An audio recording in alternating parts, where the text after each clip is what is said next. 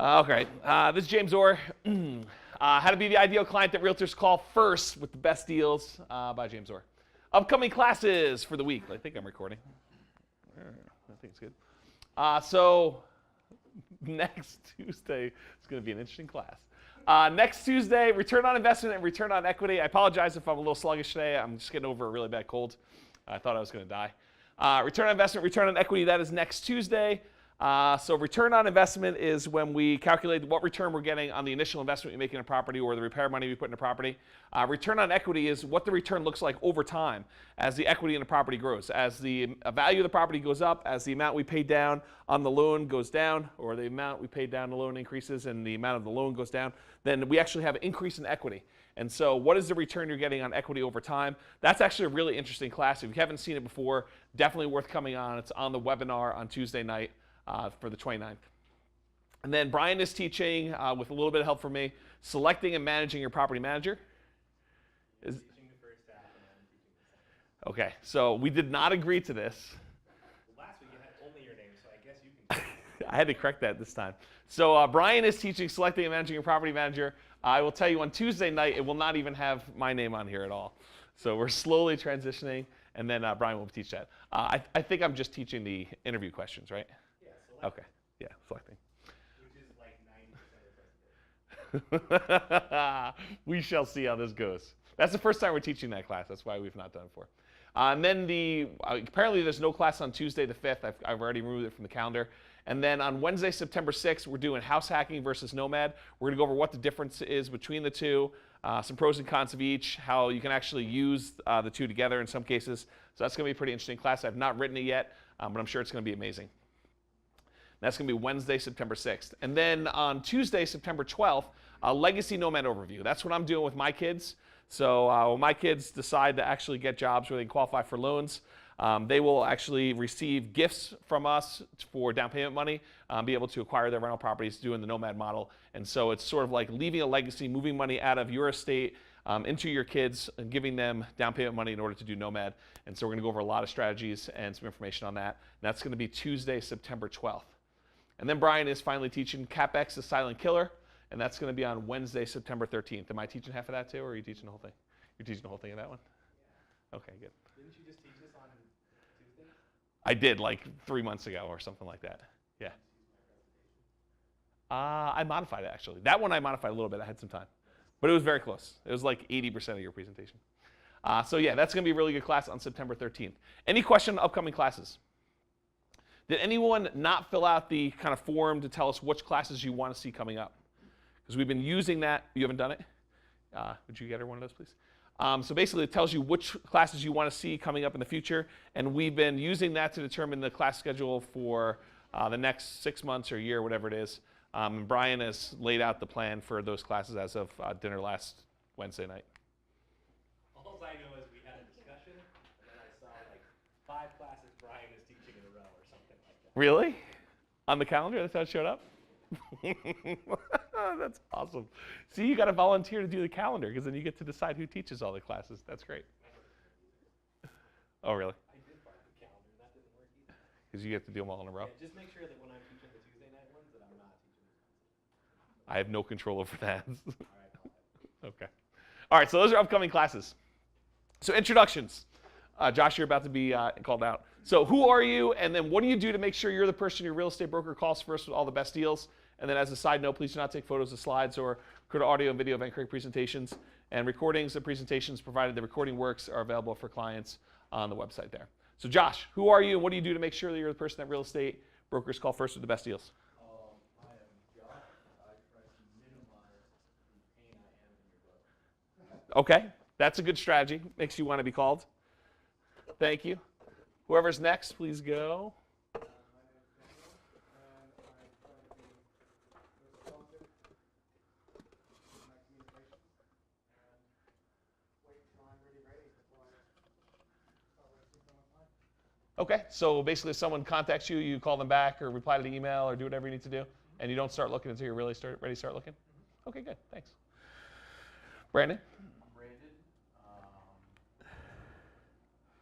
I haven't been to a presentation for a while, till now, but I imagine, or my goal would be to be ready to move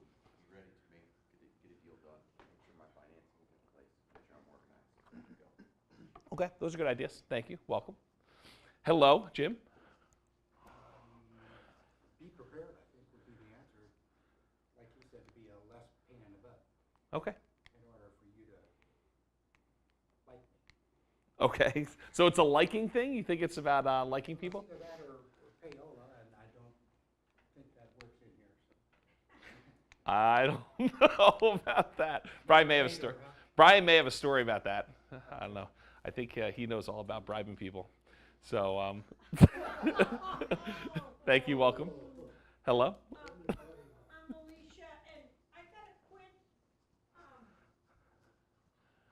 putting things off, because a lot of things start coming, and then I go, oh shoot, I gotta do this first, and then, and just start moving forward and keep going.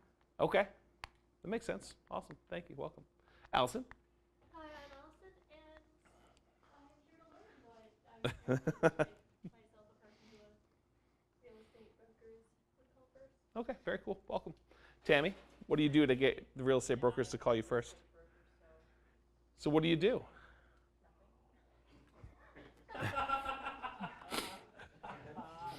Okay. That's awesome. That's it. That's probably it. Yeah. All right, cool. Like, I like to call myself. I call myself with all the best deals. That's pretty funny. That's right. All right, welcome. Thank you. Nick? I'm Nick, and I don't know, I guess I'm going to find out if I'm doing the right things to have my real estate broker call me or not. You're going to find out tonight? You don't know? I think you are. Munir. Okay, Simon here. And I think the answer there is not enough because it never goes to What? I never call you first. I don't know if that's true. All right, thank you. Welcome. Zach? I'm Zach. What I've done in the past is work really well is try to minimize the pain in the butt that I am to and be responsive and have my finances in line and be pre-approved when we start Yeah. down that relationship. Because that's what it is. It is a relationship. Yeah. Fostering that and being responsive and being ready to move when we call you. Yeah, I think that's true. Thanks. Welcome. You being flexible too. Flexible, yeah. A lot of times, especially around here, they're very busy. And if you're flexible and you're able to get in the door before someone else can, as they make their way down the list, because if you have a window and they call, you better be willing to move, because if you're not able to, they will call somebody else. Interesting. Okay, awesome. Thank you. Welcome. Hello. Hello. How are you? And I just I'm just myself, Mhm. and I act as if I have everything ready to go, and then I scramble to get everything to go. Okay. That's not recommended, by the way. You really should have everything ready to go before you try to act on it. Yeah. Really? Yes, you really should, especially financing. Yeah. That's the big one that you probably should have done ahead of time. Now, you may not have all your contractors lined up and stuff like that, but those are things you could do after the fact. But as far as financing goes, you should have that all lined up. And we're going to talk about that a little bit tonight. There's a couple slides on it. So, where's your partner in crime? I know, right? Well, she's in Denver. Oh. On that deal. Oh, well, that's good news. Cool. Or Awesome. listed, I should say. Cool. Awesome. Thank you. Welcome. Curtis. I'm Curtis. I try to be prepared. I try to be educated. I try to be responsive. Awesome. Those are good ideas. All right, Brian, what do you think it takes in order to be the client call first with all the best deals? First, you stand outside Boot Grill and tell your future agent that you're going to buy 10 houses next year, and he tells you, I can't be your agent. So that's the way you start the conversation. Then you convince him to change his business model. Oh, yes. And then you buy 10 houses in a year, and then you continue to buy. You have all your shit together, and you do the work. You just basically say, how would you like free money? You don't need to do anything. I will do all of it for you. Yep. That's how you become the agent that, or the client that all the agents call You do first. the analysis on the properties, you figure out which ones you want to go see, and you tell your agent, I need to go see these properties. He shows them to you, you discuss it, and then you write an offer. So basically, all your agent does is like key open the door. Actually, your agent doesn't even key open the door. My agent does not. In fact, he cannot get most of the lockboxes open. In fact, one time he actually changed the code for a lockbox Oh my gosh. Because he thought. I was like, why doesn't this lock? It doesn't even open anymore. In I fairness, must have the wrong we code. both were silly, but it was like 2 houses back to back, and the lockbox codes were like 3469 and 3467. You couldn't have been closer, randomly. Right? And so we like looked at one, and we're like, this isn't even the right code. And so we changed the code, and then in hindsight, we're like, that was really dumb. How could we have gotten how could we have gotten it open so that we would do this? That's actually true. But in all honesty, I think it's, knowing what you want, having your plan in place, having your stuff ready to go, and doing a lot of the work yourself. That's fair, right? It is pretty fair. If you're not analyzing the deals and you're expecting your broker to call you and say, oh, this one has 3.7% cash on cash, good luck, right? You're never going to buy it. Yeah, and so I'll jump right to that slide right now because we actually were having a discussion before we started recording about the cost of roofs. And so how can you expect your real estate agent to be able to do cash on cash calculations when the cost of a roof varies between 3 people by thousands of dollars? So if you expect your agent just to plug in numbers, they may be using numbers that you wouldn't use. They may be using the $4,000 roof price or the $5,000 roof price when really it's $12,000 for a roof. And so you should be running your own numbers no matter what. And there's a whole slide on that later, but thank you very much. I missed anybody? Yeah, I got everyone right. Awesome. All right, so basic ways to get the call. So this is like the really easy, just kind of lay down all the stuff that you should have, and then we're going to get into some of the more complicated things tonight. So here are the things that I think you should have in order to get the call. Number one, does the agent know the types of deals you want? It's going to be really hard to get your real estate agent to call you with fix and flip deals if they think that you just want to buy pretty houses in certain neighborhoods in South Fort Collins. So unless they know the types of deals you want and your criteria for the deals, it's near impossible for them to send you what you're going to want there. The next thing, it's kind of Brian's point, can you evaluate the deal?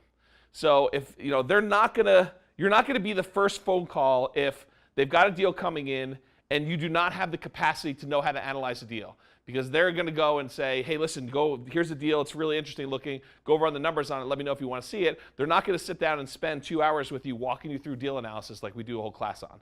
So you need to be able to evaluate the deal on your own and know why it's a deal or why it's not a deal for you.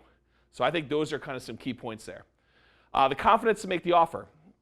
If I send you over a deal, or Brian sends you over a deal, or whoever it is sends you over a deal, and you do not have the confidence to take it down, if you're like, well, let me think about it for 3 or 4 days, or let me go talk to my friend, or let me call my parents, or I'm going to talk and see my parents when I go home for vacation over Thanksgiving, can I give you a call on Monday when I get back?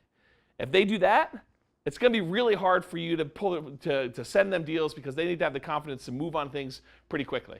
The ability to perform. So April, this is for you, right? You need to have it all lined up. You have to go and talk to your lender now before you go and start looking at deals. Your lender needs to say you're approved for a certain amount and be looking at the things you're approved for. If you're only approved for $1 million, you shouldn't be looking at $2 million properties. Now, Brian actually makes a really interesting argument against this. And he'll say to me, you can look at $2 million deals if you know that you have the capacity to go out there and find people to partner with and do $2 million deals. So you may not need to be qualified yourself to do $2 million deals, as long as you're confident enough to know that I can take it down and I can find partners or whatever I need in order to do the rest. So I can do up to $1 million with my own down payment. I may need to bring in a couple partners or one partner to do the rest up to $2 million or something like that. Isn't that right? You'd argue that? Yeah. Okay. All right, cool. So ability to perform, financing or cash, and then will you close? So if you go under contract on a property and I go and I sell you really hard to the seller's agent on the other side, I'm like, listen, my guy, I realize the offer is only $2,000 above asking price, and I know you've got 10 other offers on this property, but my guy will close. I've worked with this person 3 or 4 times before. Every single time they've closed on the deal, I know that this is a solid deal. It's going to happen. They're going to be really reasonable on inspection unless something crazy comes up. So this is the deal that you can know that it's going to close. It's going to be something that's going to close and be really smooth. Then if you go and for no good reason you say, another deal came by, I actually don't like this deal anymore, I'm going to go buy another one, and then you terminate that contract, that's a problem. It's going to be really hard for your agent to go to bat for you next time. And it's going to be really hard for the other clients when you have to go and try to make an offer with that guy in the future, right? Because you're going to say, hey, listen, that other guy you said was going to perform, he backed out. And he backed out for really no good reason because the property was fine. You told me it was going to be totally fine. You told me you could perform. And now next thing you know, I'm trying to get an offer accepted on another client. Like let's say I'm representing Jim and Jim backs out and then Munir wants to buy the same property, or buy another property listed by that same agent a year from now. It's going to be really hard for me to represent Munir correctly. And so it damages my reputation to go ahead and try to do that in the marketplace. And so it's important for that. And then the next thing, which leads right into that, will you adversely affect the ability for the agent to do business or get offers accepted in the future?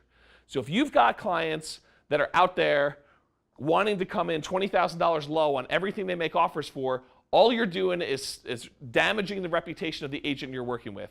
And it's going to be really hard for them to get other offers accepted if you've got one client that's just a bad egg and they're constantly lowballing stuff, or they want to squeeze every last dollar out of a deal, or they want to negotiate on principle instead of actually just buying the house and moving forward. You know, they didn't tell me this, so they deserve to pay this $200 charge, and we're going to make them pay it. You know, that doesn't help us long term. Because now I got to go and I'm fighting with this other seller's agent. And he's like, why is your guy being so unreasonable? It's $200. You know, and I'll even offer to pay it in some cases. Don't take advantage of me for doing that. But sometimes it's like, listen, it's not worth us fighting over it. Brian, I'll give you the $200 after closing. Let it go. Right? It's not worth fighting over the principal because next time we have to do a deal with this other agent, he's going to be like, oh, that guy was a total pain in the butt. He was fighting for $200 till the very end. It almost threatened to not do the deal because the seller wouldn't pay it. And the seller didn't think that he needed to.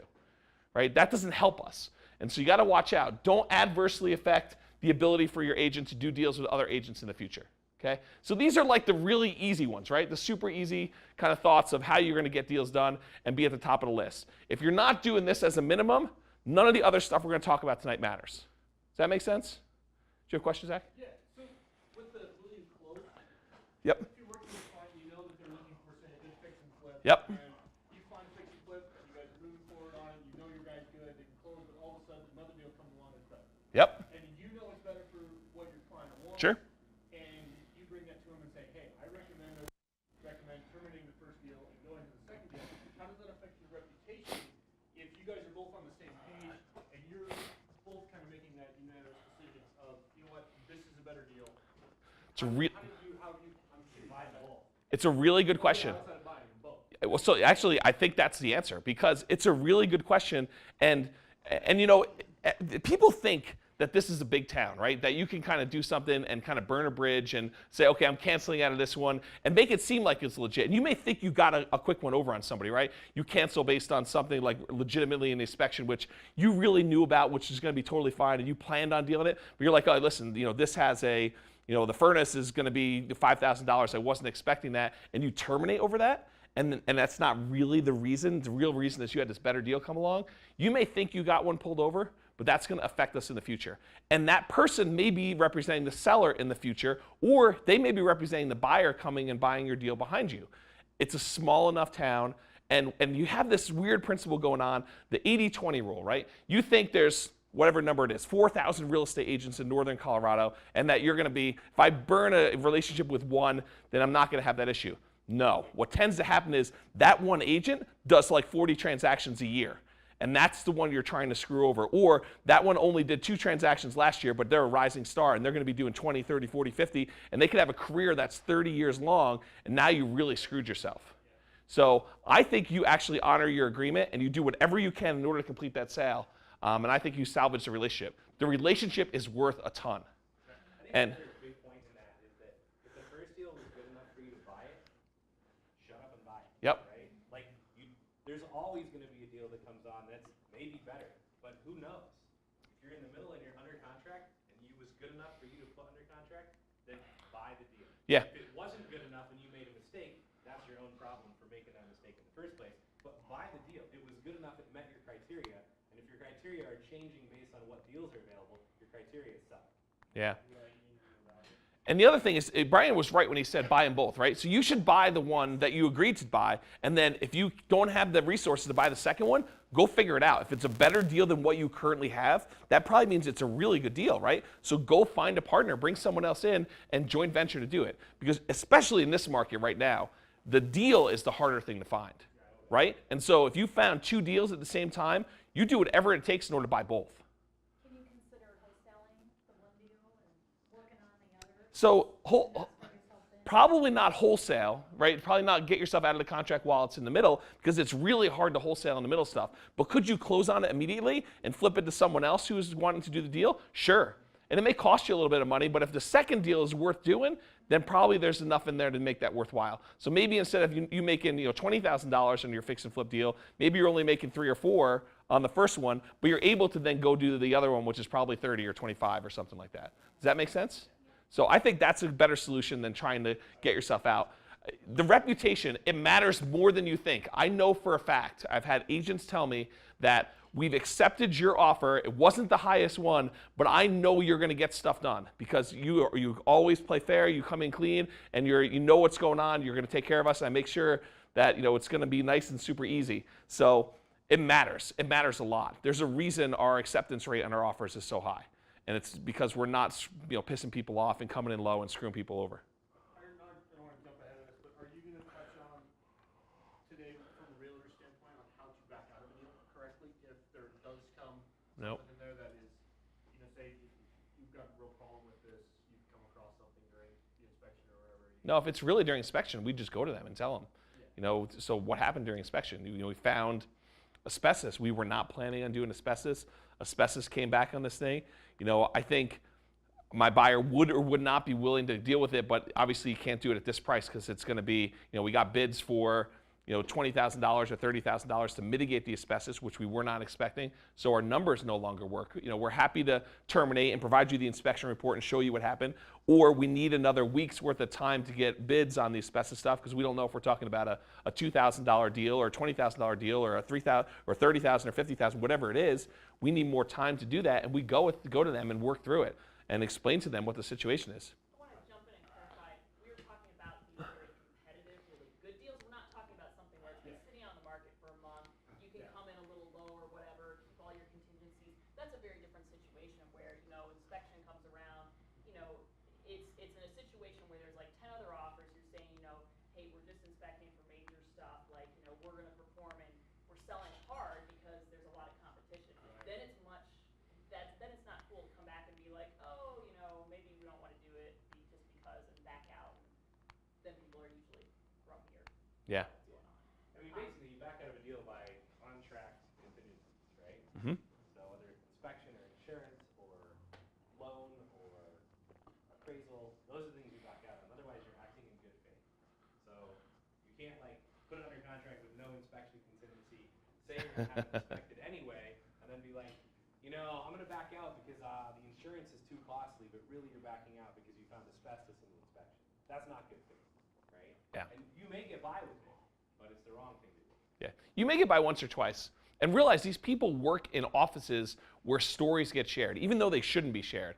So you'll go and you'll screw somebody over at Remax or the group or Keller Williams or insert name of company here, right? And then all of a sudden they feel harmed. So they go at the water cooler and they're talking to 5, 10, 15, 30, 50 other agents, and they're telling them about how the buyer that they just had screwed the pooch and really messed everything up and made it so that it was really hard for them to do the deal, and it hurt your seller and did all this other harm. And so guess what? It's not just one agent you pissed off now, it's 50. Yeah, and it's not just company specific either, because this is an intercompany classroom. Anyone who's a realtor comes here and they do education classes together, and they have education classes by group, by mortgage broker or by title company. And so you'll have 6 different companies all in a room for a title company class, or 6 different or 10 different companies in the room all by a lender, because a lender gets everyone together and does a CE class. And so these stories get spread, and they'll raise their hand in the middle of a class and they'll use your example, in front of 30 other people, and the attorney teaching the class will be like, yeah, so if that happened to me, we would do this. That buyer was totally thing. And then after class, people are going up and be like, so, that was crazy. Yeah, and it's gnarly. Don't do it. Maintain the reputation. From the realtor side of, Yes. how that really affects kind of you guys, and I'm sure there was definitely a ripple effect that goes out from something. It's a small town. Your reputation precedes you by a lot in this town. If people ask around, they talk about you behind your back, people know, how kind of business you run. And the more deals you do, the more people know your reputation. So, yeah, it's definitely a big issue. That's good advice, I appreciate it. Yeah. And it will matter in having other people, reputation from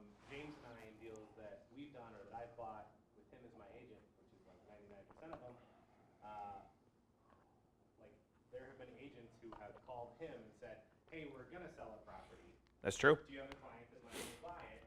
Yep. You know that your client bought this, and they go to him first. And then you lock it down with no competition. Yep. Right? Which is a huge impact in this market. I mean, I know that in certain deals, we've definitely saved tens of thousands of dollars on deals when, if it was bid on open market, we would end up paying a lot more. No doubt.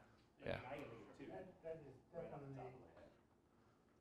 a real thing. Yeah. When we bought our last house, the lady who sold it to us, her realtor called her that afternoon and showed her house the day before it's being listed. Yep. And she made the deal over the weekend. Yeah. And that house never got listed. Yeah. Now, whether that is bad for the seller, totally different conversation, right? If I'm representing the seller, I'm not so sure I'm doing that. But if I'm representing the buyer, I want to be the one that gets the call, right? Because that's serving my client. I have a fiduciary responsibility to do the best job I can for my buyer client. And so if that means encouraging all the sellers to bring me their deals, that's what it means. So you got to be super careful about it. Do you have a question? Okay, good. So warning. So some of the stuff we're going to talk about tonight is relatively controversial. It's not all cut and dry, black and white type stuff. And so I just wanted to give you guys an idea that this is not a, automatic, everything is really perfectly black and white. There's some controversial discussions we're going to have. So now let's play. You all are the real estate brokers, okay? You thought I was going to be the real estate broker all night, and I was going to kind of give you the insight. What I'm going to do is I'm going to put you all in very awkward situations and see how you'd like to act. And see how you're going to deal with it, because it is so much better for you to kind of step into the shoes of the real estate broker and understand some of the conflicts and dilemmas that we're going to face and how you might possibly solve them, okay? So for tonight, you're all real estate brokers. I am your buyer client, okay? I appreciate that. We will use that as an example in a minute here. So if you have one client, if Brian is actually a new real estate broker and he says, I'm going to sign up James, I don't need to work with anyone else because James is going to buy more properties than anyone else. I could live off of all the commissions that James is going to provide for me. This is super easy. How hard is it for Brian to determine who he's going to send deals to? Not very, right? Because he's only sending them to me. So it doesn't matter. Basically, he's saying, this is my one client. Any deal I get to come across, it's like, James, do you want to buy this, yes or no? Okay, no. I'm hanging up the phone. I'm looking for the next deal. I'm not calling anyone else, okay? So if you have one client, super easy. If you have multiple clients, becomes much more challenging, and that's part of the problem. So before I do this, I want to set the tone for the class to have you understand that as real estate agents, we're not just waiting to serve you all day long. There's other stuff that we do. It's not just like we're sitting there, a deal comes across, I'm immediately analyzing it and looking for the 17 different clients to call immediately with the deal, okay? So let me show you kind of what a day, in the life of a real estate agent looks like for me. So when I taught this class for the first time back in September 2016, these were my numbers. In that month, I had received 4,418 emails, not including ones that went to my spam folder. That's 147.26 emails per day, 7 days a week with no days off, 365 days a year, it turns out. Or if I was able to wave a magic wand and I was able to take Saturday and Sunday off, which I am not able to do, I would have had 206.45 emails per weekday in that month, okay? During that time, by the way, important, I don't get weekends off, and this is really closer to 365 days. I made a note about that. So sent. So I wrote 2,643 emails during that month. So I had received 4,418. I wrote 2,643. That was 88.1 emails per day. Now I'm waiting for Brian to chime in and say, yeah, James, but most of those were, you're welcome, period. Send to Brian. Because Brian will say, can you do this for me? And I'll be like, yes. Tim, you'll take care of that for you. Thank you. Brian says, thanks. I reply, you're welcome. So that's like 4 emails right there. And then Tammy says, here it is, and you get that email as the email you need. That's probably true too. Okay? You're padding your stats with Tammy. I am padding my stats with Tammy. I should probably remove hers. Okay? So really though, I wrote 88.1 emails, that's 7 days a week, or 123.5 emails per weekday if I could take off the weekends. My average response time for replying to emails on average is definitely ones where Brian's like, I'm sitting at my computer and Brian emails me and I'm like immediately like, you're welcome. But there's the average for everything is 3 hours and 25 minutes. So the typical time it takes me from when you send an email to when I reply to you is 3 hours and 25 minutes. And this includes you emailing me late and me not always answering till the morning. So sometimes you email me at 11 o'clock at night and I'm out at NCRAG or I'm having dinner with Brian after the NCRAG class or whatever it is, and I'm not replying to you until 8 o'clock, 8:30 the next morning. Okay? Now, these are the numbers for 2016. I will tell you, I did the numbers for this last month. They're more than this. So this for July 2017, 5387, up from 4418, and I wrote 3,123, up from 2643. So over the course of about a year difference, July through September or something like that, I actually increased the number. There's more emails coming in, more emails being sent, so I'm getting busier, not less busy. The average response time has actually gone down. I've gotten a little bit better, 2 hours and 58 minutes. And I didn't run Tammy's, but I'm sure Tammy has at least the same volume as me, if not a little bit more. She has her own email and all the ones we CC her. That's correct. That's dope. Yeah, I bet you she receives a bunch more, yeah. Okay? Yeah, so there's a lot of emails going back and forth. So am I just like sitting around all day long being like, hey, you guys want to go see properties? Anything you want to have happen here? No, there's stuff going on. It's busy. So here's the number of calls. What I did is I pulled up my iPhone and I looked back through the call history. The call history does your 100 most recent calls. If you look back through my call history, basically it goes back to halfway through 5 days ago. So there's really 4 or 5 days worth of calls is 100 calls for me. So I'm averaging 20 to 25 calls per day. Yes, some of these are like solicitation phone calls, but not like a crazy lot. I mean, there's definitely some in there that are like, a mortgage broker trying to call me to try to get me to have lunch with them and do business, stuff like that. But a lot of them are real business calls I need to take and reply to and things like that. There were text conversations with 29 people in the last week, so I'm also texting people. So there's calls, there's emails, there's texts. There's a lot of stuff going on. These are similar to what they were last year when I presented, but I did update them for this week. But they're very, very similar. It wasn't off by much. Meetings. This week, I have 8 appointments scheduled in advance. The last time I taught this class, I had 10 on my calendar already. So in the next week, looking out in the future, there are 8 things scheduled on my calendar. Last year, I had 10. This does not include, in my opinion, what the most important thing that I should be doing is. What's that? What's the most important thing for me to do as a real estate broker helping people buy homes? Yeah, looking at houses. Now, why isn't it that I got a whole bunch of stuff scheduled? Why can't I go and schedule, I'm looking at a house at, next Monday at 3 o'clock in the afternoon. Why can't I do that in this market? Yeah, because basically when the house comes on the market, that day or the very next day at latest in most cases, I got to go schedule stuff. So I won't even know I've got stuff on my calendar until that morning. So that's why it's really hard to do. So those client meetings to see properties are the most important, and those are usually scheduled the day of or the day before. Now, some meetings require prep time. For example, when I don't just outright copy Brian's presentation or use a presentation I did the year before without reviewing it or anything like that, there's prep time to do these classes. Brian, on average, how long does it take you to prepare for a class? So like write a new outline. Probably for me, for a brand new class, 10 hours. So for some meetings, and we're doing 50 different classes a year, some of them are review, and once you review it, it's not 10 again, it's probably 2, maybe 3 to do preparation time. So some of these things, there's hours worth of prep time for. Meeting with a client and pulling comps and running some numbers from them and showing what their house is worth or things like that, sometimes there's an hour or 2 of prep time. So it's not just like you're waiting around doing nothing. All right, and then properties under contract. So not including all the stuff that's going on, there are things that need to happen when you actually get a deal under contract. We have to coordinate inspection stuff. We have to coordinate your loan stuff. We have to deal with title stuff. We have to schedule all this. So there's a whole bunch of things that go on. Due diligence documents, appraisals, loans, all that stuff needs to happen. Right now, we have 6 things under contract for clients. Now, is that a normal load or not? It really depends. There's been times this year, I don't know, what did we peak at this year? Was it like 10 or 15, somewhere around there? Something like that. But then there are other times when you've got 1 or 2 things under contract where it's slow. Okay? So realize right now there's like 6 deals under contract. So my point of telling you all this is this like I have unlimited amount of time to just like look up deals, analyze them for you, run comparable sales to find undervalued properties, and then call you, and if you don't want it, call the next person on my list, and call the next person on my list, and call the next person on my list. Is that what's happening?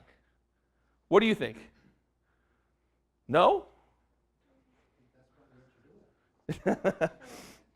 So, Am I manually calling multiple people about each property? You know, Daniel comes in, he gets an automated email. He says, listen, I want properties in Fort Collins. I want them below 350,000. You know, at least 2 bedrooms, preferably 3, at least a 1-car garage. You know, I want these kind of rental properties that are going to be good rental properties for me. All right, great. I'll set you up an automatic email. When I see one that comes across that looks interesting, am I getting on the phone and say, Daniel, did you just see that property that came on the market? I just ran the numbers. It's 5% cash on cash. Are you interested in that? Am I doing that? No, I am not. And then if he says, hey, I'm not interested in that, or he doesn't call me back, or he just lets me leave a voicemail, am I calling Brian and saying, Brian, hey, listen, I just called Daniel. He obviously isn't interested in that because he let me go to voicemail. Do you want that property? It's 5% cash on cash. No, because Brian already told you. Because Brian already called me, yes. Yes. So am I manually calling people about a property that you already sent to them via email?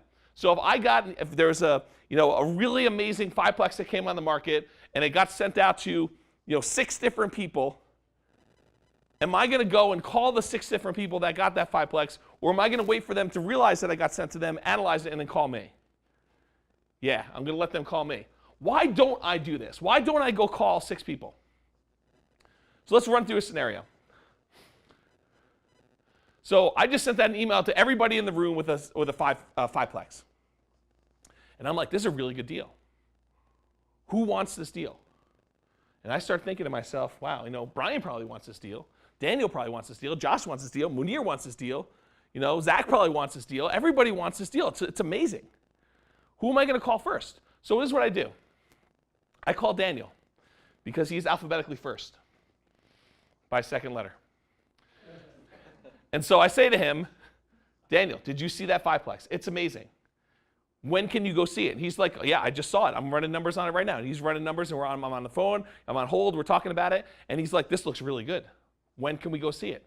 What do you think? And while I'm talking to him, Brian's calling in the other line. So now I've got somebody who I initiated that we're going to have to go and deal with going to see the property. And you know what Brian's calling about, right? He's like, when can we go see it? And in fact, Brian doesn't even wait to get voicemail. The voicemail is ringing. I'm saying, thank you for calling James, a private voicemail. Brian's texting me at the same time. Get off the phone. There's a 5-plex. We need to go see it right now. Right? So now I'm scheduling something with Daniel, and I'm scheduling something with Brian.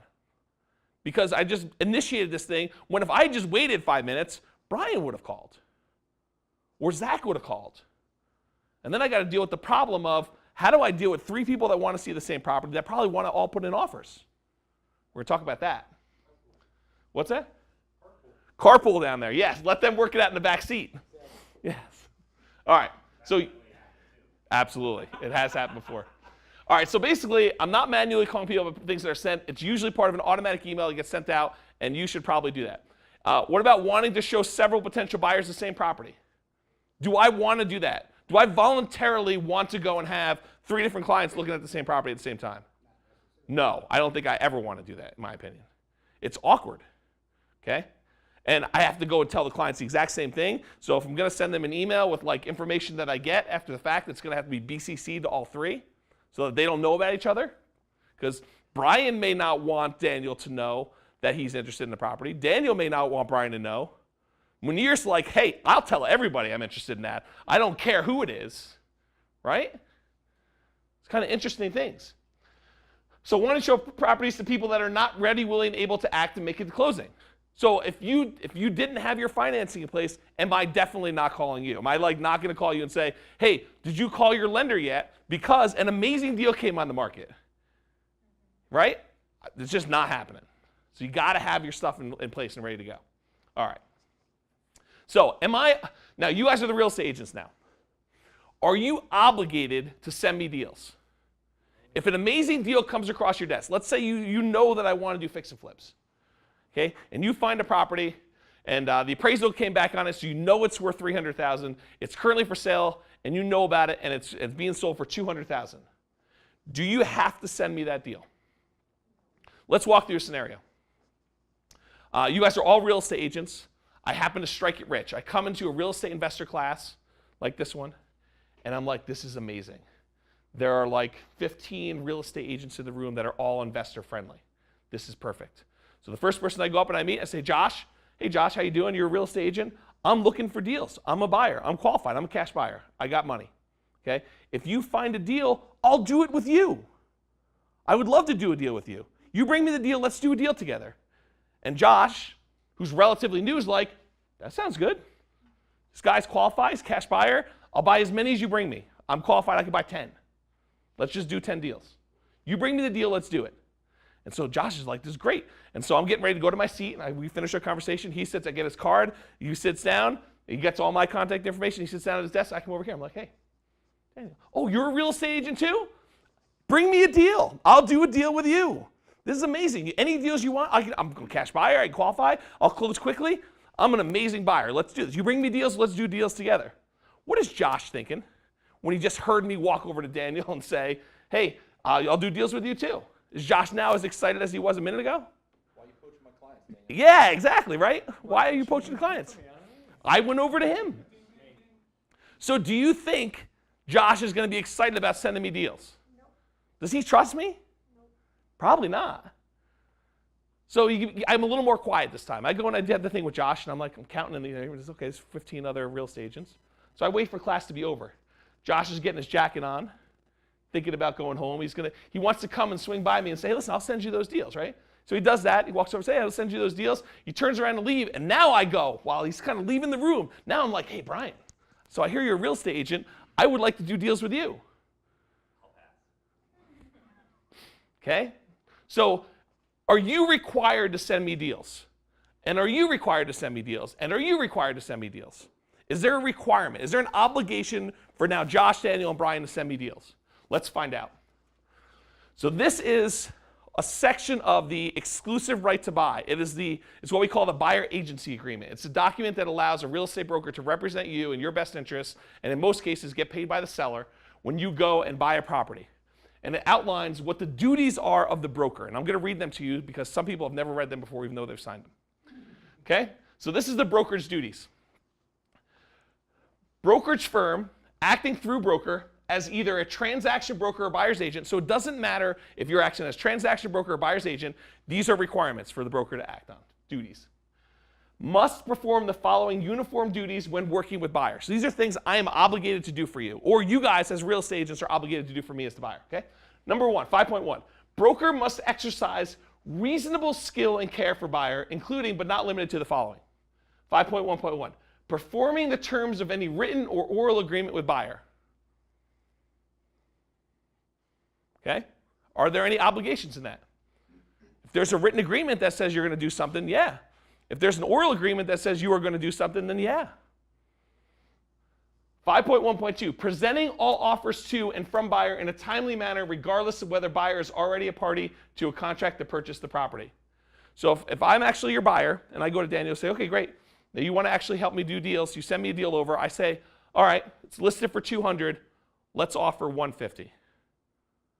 Is he required to submit that offer? Yes, it says right here. Presenting all offers to and from buyer in a timely manner regardless of whether buyer is already party to the contract to purchase. Is he happy? So if you're a real estate agent, you might want to be a little bit more selective about who you're going to do offers with. And sometimes you don't know, right? You don't know until you get further down the road. Disclosing to buyer adverse material facts actually known by broker. So if you have knowledge of anything with the property, you need to disclose that to me as a buyer. Advising buyer regarding the transaction, advising buyer to obtain expert advice as to material matters about which broker knows, but the specifics of which are beyond the expertise of the broker. We walk into property. I see electric baseboard heat on the floor. I say, it looks like electric baseboard heat. James, do you know anything about electric baseboard heat? Nope. I just know that that's electric baseboard heat. If you've got concerns about electric baseboard heat, you probably should go get some advice on that. Have your inspector come and explain that to you and what the pros and cons are. But I don't know about it. I'm not an expert on electric baseboard heat. You know, it's got the new roof things from Elon Musk on the roof. Those look really cool. I don't know what they are, though.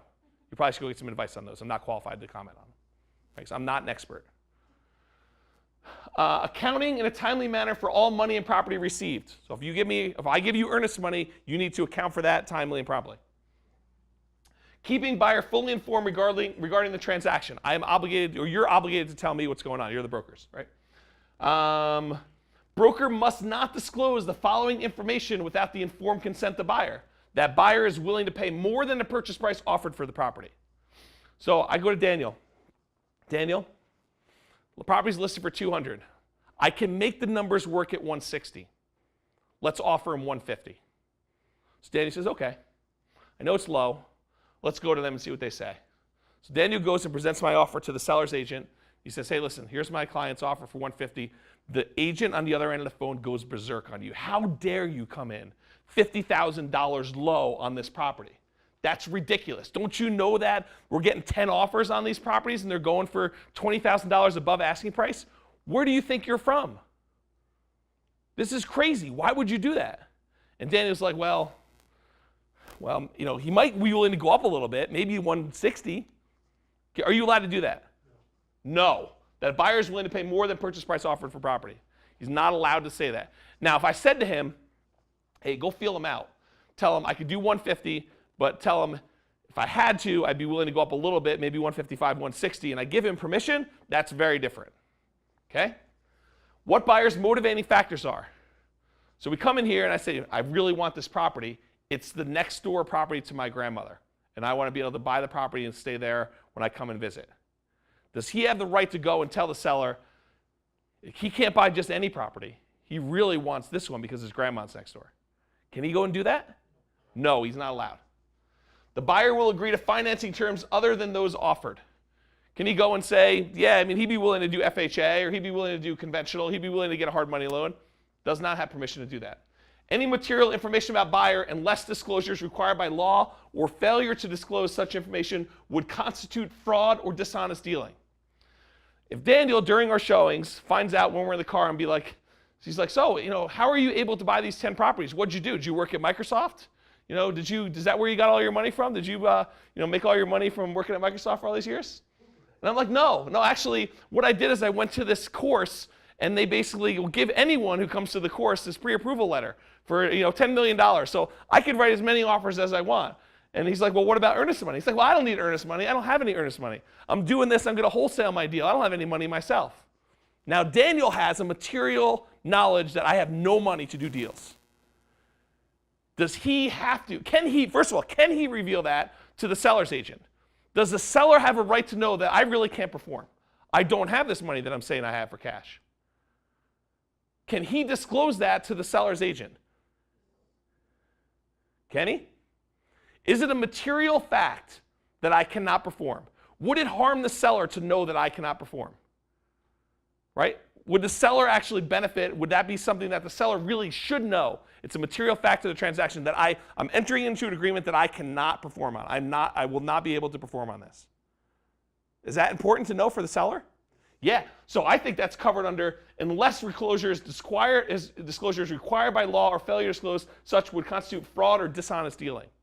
If you do not have the money, the agent must disclose that. If the agent knows, they must disclose any information that they have about that. You can't hide that. There's a spot in the contract where you're going to have to put you have money, right? But someone could actually just check that off or leave it blank, right? But it could also be they might have the money, but you could know that they may have financing challenges or something. Right. I'm trying to make it really clear. There's all sorts of weird gray areas here too, right? Like they cannot get a loan on their own unless something happens, or it's really unusual that they're going to be able to do something. I think it gets really gray quick. Okay? So these are the obligations you all have. Are you now required, going back to the example where Josh and Daniel and Brian are all my real estate agent, I'm the buyer, I came into real estate class, are they required to send me deals based on what you know? I don't think so. I don't think they're required to do that. But there's more. What's that? Yeah, we're going to go there. So what if you're my buyer's agent? That was all agents needed to do, whether a transaction broker or buyer's agent. What if I say to you guys, but I want you to represent me exclusively as the buyer. I don't want you representing the seller. I don't want you playing referee and just making the deal go through. I want you to represent my best interest as a buyer's agent. Okay, these are the extra requirements for buyer's agents. Additional duties of buyer's agents is again from the exclusive right to buy listing contract. If the buyer agency box at the top of page 1 is checked, broker is buyer's agent with the following additional duties. 6.1, promoting the interests of buyer with the utmost good faith, loyalty, and fidelity. Now you are saying you will look out for my best interests with good faith, loyalty, and fidelity. So if you found a deal and you didn't bring it to me, is that looking out for my best interest with good faith, loyalty, and fidelity? I don't think so anymore. I think as soon as you become a buyer's agent, there is an kind of an inherent obligation for the agent to actually send the deals that meet the criteria. We're going to go over here on the next slide for any deals that match that criteria. If you don't have one of these, no obligation. And if Josh knows that I said the same thing to Daniel and I said the same thing to Brian, he's probably not inclined to send me stuff anyway unless he's super desperate for business. Does that make sense to everybody? Okay. 6.2, seeking a price and terms that are acceptable to buyer. So the other one, as the broker, I don't need to go and seek good terms for you. I just need to say, oh, you want to offer 200? Okay, here you go, 200. I don't have to negotiate. I don't have to do really anything on your behalf. I just have to say, oh, you want to offer this? Sure, here you go. That's it. Now I have an obligation to seek a price and terms that are acceptable to you. I didn't before. Counseling buyer as to any material benefits or risks of a transaction that are actually known by the broker. Hey, if we didn't have this checked off and I knew that something was happening behind the property, I am not technically required to tell you a material benefit. Did you know that this is going to be by the stadium? Did you know that they're actually putting an oil well in back here? If I don't have knowledge, I can't disclose what I don't know. But if I have knowledge, now I actually need to disclose. So I need to talk to you about material benefits or risks in the transaction as a buyer's agent. Okay? All right, so that's continuing this. So can I have this agreement with multiple agents? So I come in the classroom and Josh is pretty sophisticated, says, hey, listen, I've worked with a couple investors before. I know how to do this. You need to sign a buyer's agency agreement with me. I say, no problem, Josh. I'll sign a buyer's agency agreement with you. I go over to Daniel a few minutes later. So I want to buy the properties. You're going to send me the deals. And Daniel says, yep, I've been through this before too. I want to do a buyer's agency. No problem. Can I have a buyer's agency with two brokers at the same time? Exclusive right to buy. Can I have it with the two at the same time? Not for all properties. If it's specific property, you could. I could have it for the same exact overlapping area for the same exact properties. What does that mean though? I can have two. What does it mean though? Yes, I then owe 2 commissions. Right? So now both of them happen to send me the same email with the same property. I have exclusive rights, exclusive agency agreements with both of them. They're both buyer's agents. I decide I'm going to buy the property. In fact, I'm so clever, what I decided to do is this. I had buyer's agents with you too. You guys didn't call me. You just sent me the email. Brian, on the other hand, no buyer agency agreement with Brian, but he called me. So I'm like, well, I told him, if you call me, I'll do the deal with you. So now I go and I buy the property with Brian. What happens? Brian got paid a commission. What about you two? Sounds like you're going to have to pay us. That's right. This is going to be 3 commissions. Craziness. Right? Sign buyer agent. With both of these guys. And not They say, emailed them to but me. you still paid him. I voluntarily, because I told Brian before, and Brian didn't say I want a buyer's agency agreement. He just said, hey, listen, I told him, you send me the deal, I'll do the deal with you. Right? Because you hear this all the time. Brian, you bring me the deal, I'll do the deal with you. Brian calls up, he's like, hey, I got a deal. Just hit the MLS. You want to go see it? I'm like, yes, I do. Thank you very much for calling. I didn't even look at their email. Went to trash. Because I'm not looking at it because I've got emails from 17 people in the room. They're all sending me emails. I'm not looking at any of them because they're all the repeats. Right? But Brian calls me. I got the deal. So great, let's do it. 7-day close, cash, boom. Get it closed. Brian gets commission.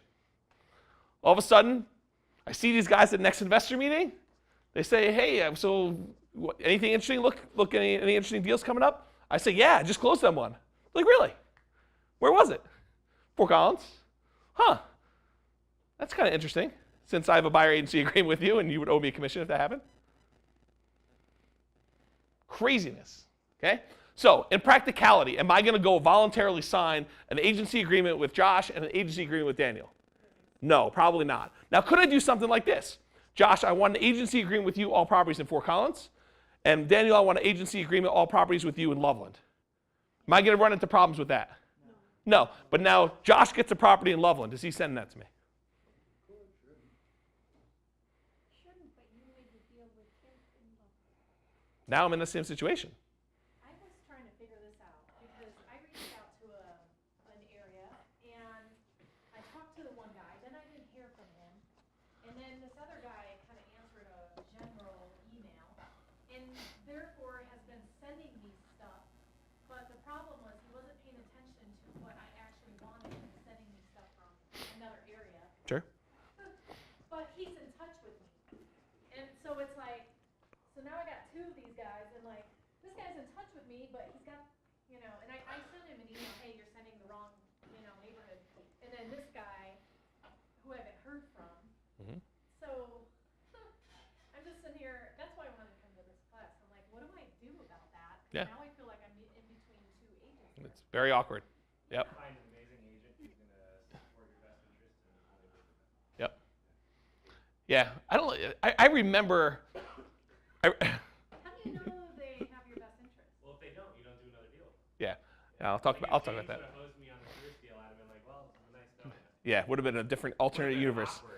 Alternative universe. Since there were like 3 things under contract at the same time. That's probably true. Okay. So yeah, you have to clean it up. Clean up your mess. Make sure you understand who you have a relationship with and it's documented. Okay. All right, so can I have an agreement with multiple agents? We talked about that. What properties are you required to show? So you guys have real estate agents. We have agreements. Which ones are you required to show? This section, section 3.4, covers which properties you need to show. And so you handwrite in whatever it is that your agent writes in, you guys write in for your clients. All residential properties in Fort Collins, Loveland, Windsor, Greeley, Wellington, or Longmont, Colorado. So a couple questions about that. So an off-market deal comes on. Daniel has a friend who says, hey, listen, I've got a friend who's doing for sale by owner. This would meet your criteria. Is Daniel now required to send me that property? What does this say? All residential properties in Fort Collins, Loveland, Windsor, Greeley, Wellington, or Longmont. It's a for sale by owner in Fort Collins. Is he required to send me that deal? What if he's not able to collect a commission on it? For sale by owner says, I'm not paying any commissions, Daniel. It's $300,000. That's the price without commissions. You guys need to work that out on your own. Is he still required to send it to me? Yes. According to this, it would be. Okay. What about a property that he actually went and spent? He went and came to the class where we talked about sending out marketing to find off-market deals. Daniel went out and spent $2,000 on marketing and had 15 leads come in. Is he required to share those with me in Fort Collins? According to this, he is. Right? That's how it's written. What happens if Daniel has another client and the other client actually pays for marketing, tells Daniel about a deal he's considering? Now, Daniel has knowledge of that deal. Is he required to share that information about that deal with me? Kind of crazy, right? He has knowledge. Does it exclude deals from marketing from other clients? Yeah. Kind of a tricky situation to be in. Okay? So compare this to all properties for sale in the MLS in Fort Collins. If he had sent out marketing, would he be required to send me deals that he found from his own marketing if it was written as this? No. Would he be required to do the deal that his other friend found from marketing that he knows about if he wrote it like this?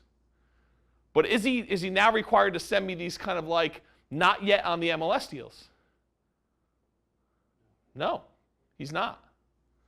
What about all single-family homes in northern Colorado? It's kind of wide, right? What if I don't serve? Where's that? What was the crazy 12-plex? Murphy, Colorado? What was it? Garfield. Grover, Colorado. So now all of a sudden he's required to send you, well, I guess it's not single family, but all properties in northern Colorado. He is required to send you stuff in Grover. Are you driving to Grover to help me buy this property? Probably not. Right? Are you qualified to operate in Grover? Do you have that market knowledge and experience? Because the Colorado Real Estate Commission does not want you operating your business in markets you're not qualified to operate in, that you have actual market knowledge.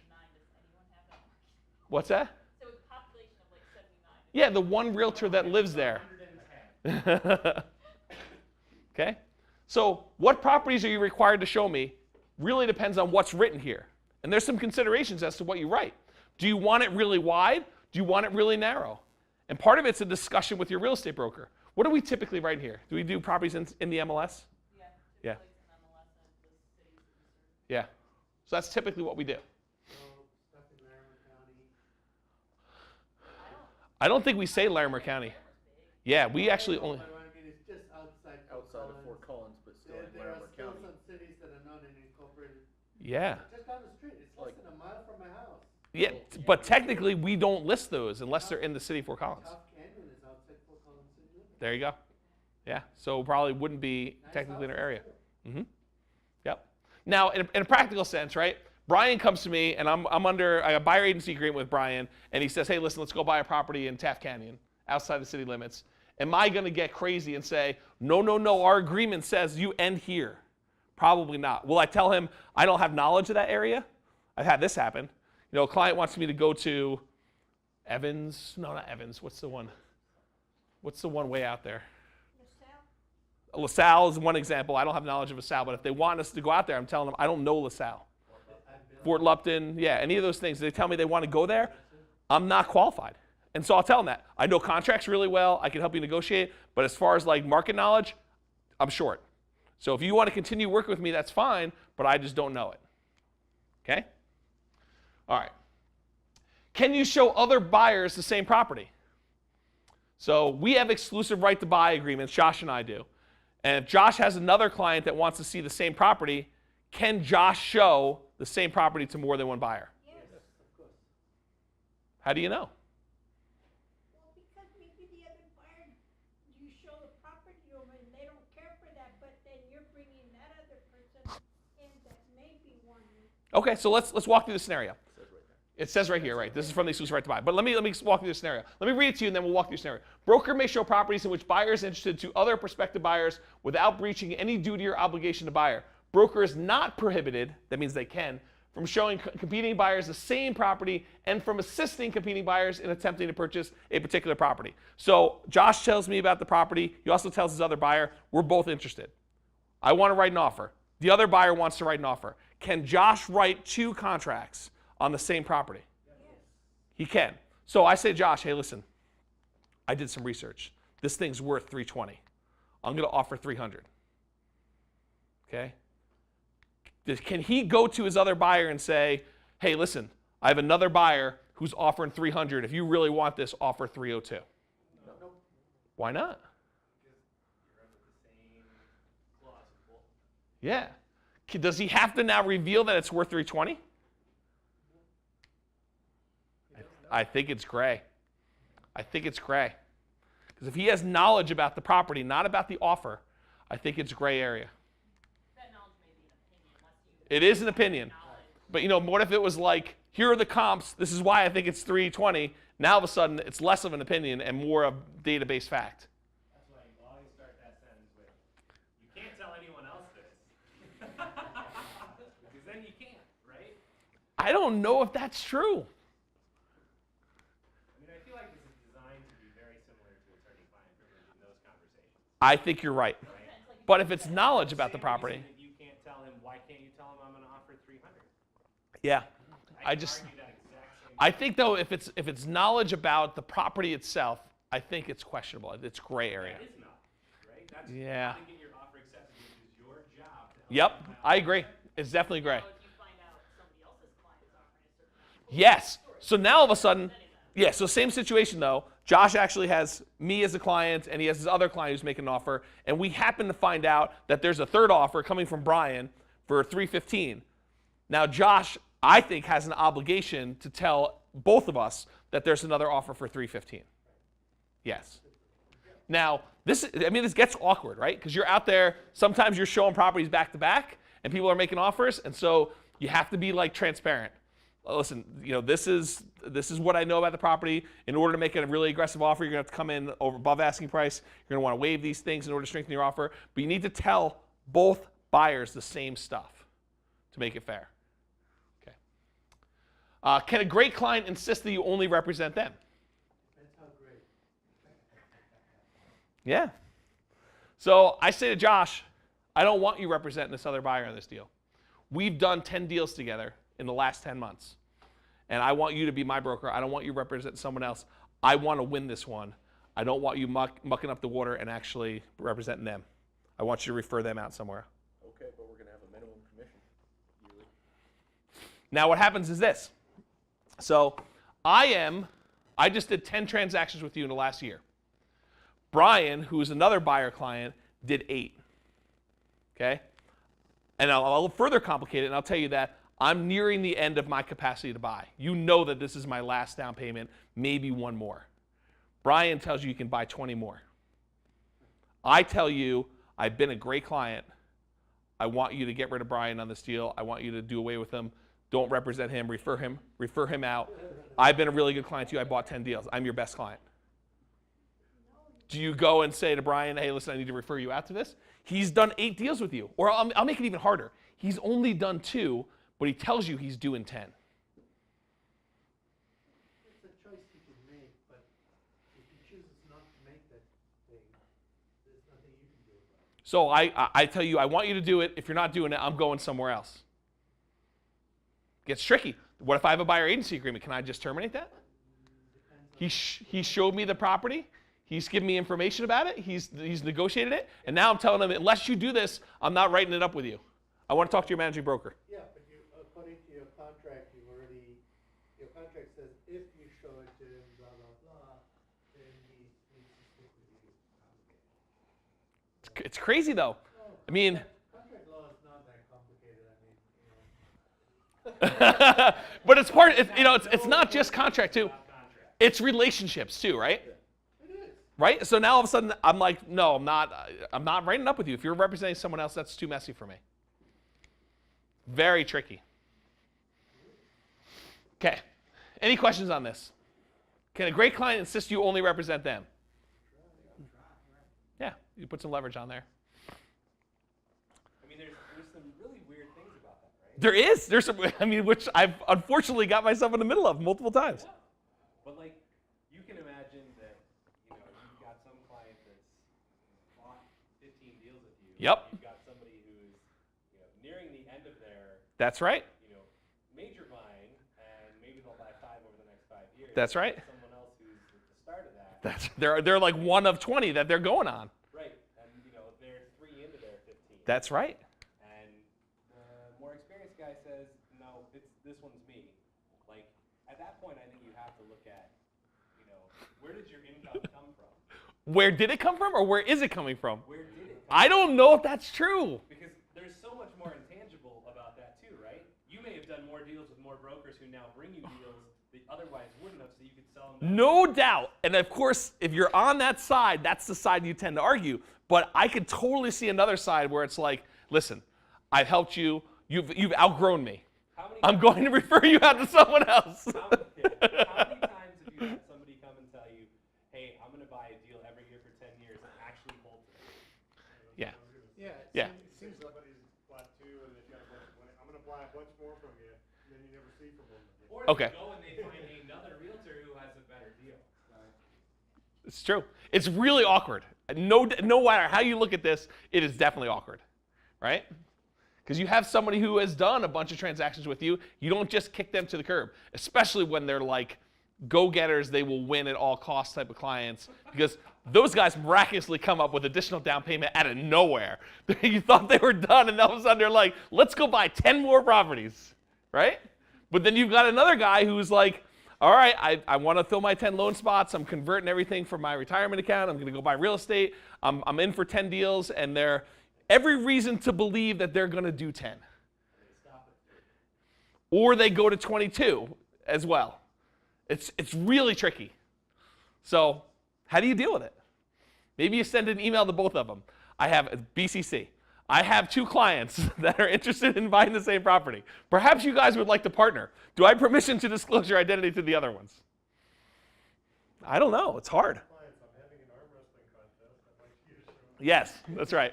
We'll start the bid on commissions. It started at 3%. Who would like to bid the commission up?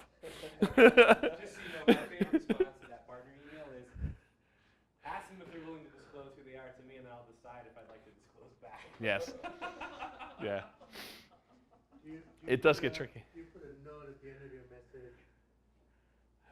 Past performance is no indication of future. No. I haven't done that. But then you do like like people send you letters, CC, and you put the initials of all the parties there. And they try to figure out who it is. I don't do that either. All right. So anyway, we talked about this. Again, a great client insists. It's complicated.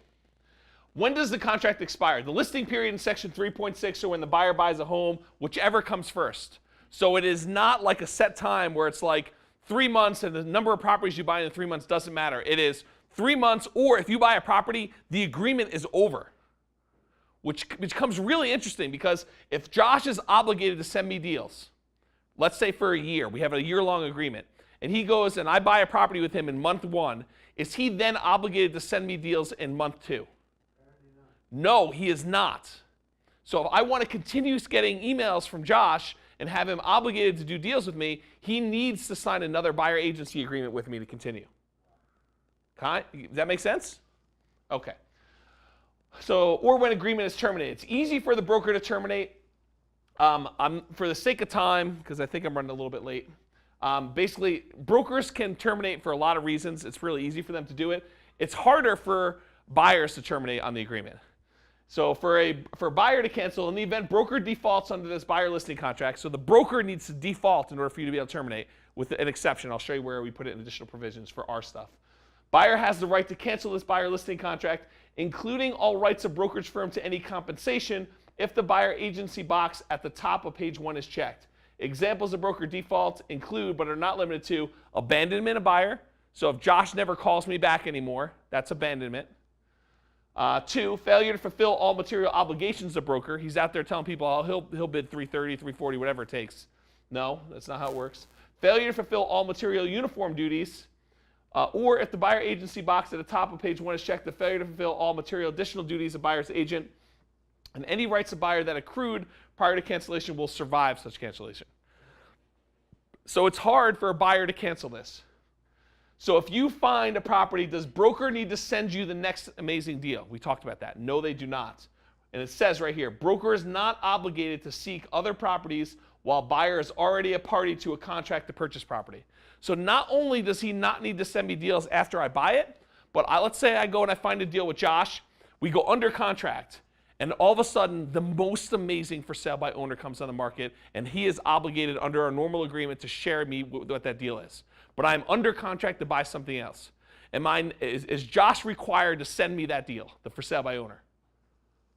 No. Buyer is not obligated to seek other properties while buyer is already a party to the contract. It is no longer required. Something you should know.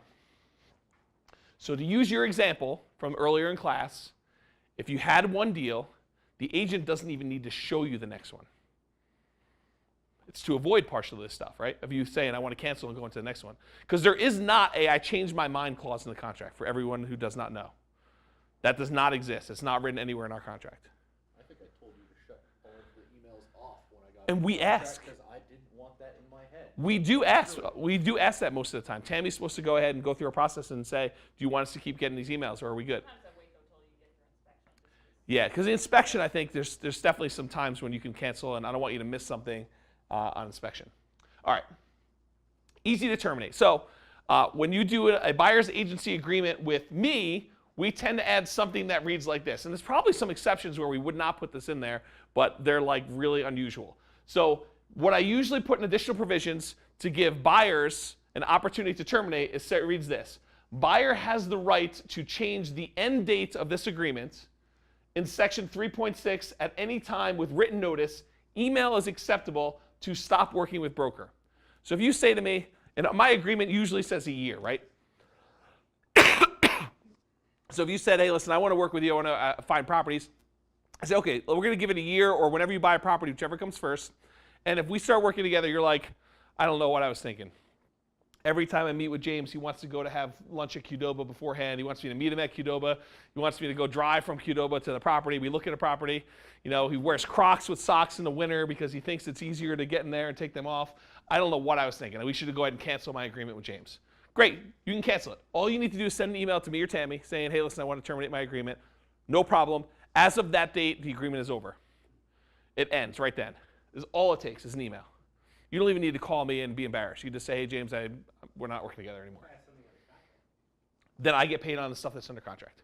Because the end date changes, but anything that's under contract will have regular, just kind of let itself go out. So if I just showed you a property that you're about to write an offer on, that gets a little gray. you think you're going to kind of sneak one around, that definitely gets weird because there's a holdover period. But as far as working together from then on out, yeah, it's over. I'm not showing you anything new. You're not obligated to do anything beyond there. But if I showed you something, we negotiated or anything like that, there is a commission that's due. Okay? Most brokers do not use that language. How many people have had a real estate agent put this language besides my clients? Anyone else put this language in there? Yeah, it doesn't happen. And then why? So let's discuss an example with you as the broker. Okay, so you guys are the broker. I want to play out a scenario for you. So imagine, an investor came into Craig, and you guys were all, brokers kind of looking for clients at Craig, and they come in and they're like, I just moved to town. Real estate agents, they're kind of slime balls. I hate working with them. They're just kind of, they're really mean and they don't do things. And they don't earn their commissions. They really don't do any work and anything like that. So, I think it's kind of silly. You're like, hey, no worries. Anything changes, you let me know. They come back the next week and they say to you, hey, I am getting my real estate broker's license. Because it's easy money, and I'm an engineer, and all my engineer friends are just going to use me, and so I figured super easy money, I'm going to go do that. But I found this house I want to buy, and I'm not done with my classes yet. You guys are really super experienced, kind of real estate brokers. What I want you to do is help me buy this one house. If you're willing to kind of let me look over your shoulder as you kind of do the deal, you'll get educated on the process. I'll get educated on the process, and I'll be a better broker when I get my license. And so do you decide to take me on as a client? You guys are all brokers. Do you decide to take me on as a client? Guy was just bad-mouthing agents last week. Tells you they're getting their real estate license this week. They want to pay you a commission to do a deal, but they want to be able to say, show me a little bit about what's going on. Teach me a little bit about what it's going to be like on the brokerage side. Do you take them on as clients? Okay, let's say you were really generous and you decided to take them on as clients. So you do your buyer agency agreement, you explain to them why you do this and how it works, you sign that. You go out and it happens to be a really hot market.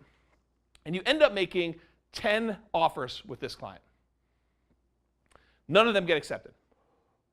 On the 11th one, the client comes to you and says, hey, I just found a for sale by owner. They're not willing to pay a commission.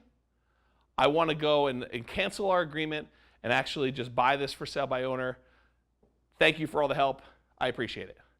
Do you, as real estate brokers, let them out of that agreement? You went and you made 10 offers on properties. This was like, Tammy and our 20th anniversary. We're going to go to Qdoba to celebrate. We're getting chips and queso. We're splurging. We're going all out. She can get any drink she wants. We're going to get chips and queso. There's going to be, we're going to get a cookie. So there's dessert. It's like the whole thing. It's like our 20th wedding anniversary. Really good. But a property comes up and they need to see it that night. So I say to Tammy, hey, listen, our marriage has been good, but this is a potential deal. And, we can do Qdoba tomorrow night. We can get a cookie. I'll even get you 2 cookies tomorrow night because we're going to get this one accepted. So we delay. We go, okay, 7 o'clock, let's scramble. Let's run out there, do the property. We're up till like 11 o'clock on our anniversary, writing an offer. Ends up not getting it, but who cares? So you do all that stuff, and only to find out that at the end, they're going to do for sale by owner. You're going to make nothing. You put in all this effort to do that. Do you let them out? You do. You don't. What do?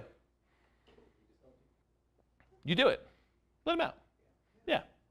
Okay? Correct, if it's written that way. But this is why a lot of brokers don't put that in there. Because now they put in all this effort. They've taught you all the stuff about the buying process. They've got 10 examples of contracts that you've written up, showing you different scenarios and stuff like that. And yet they've gone out there and they bought a property.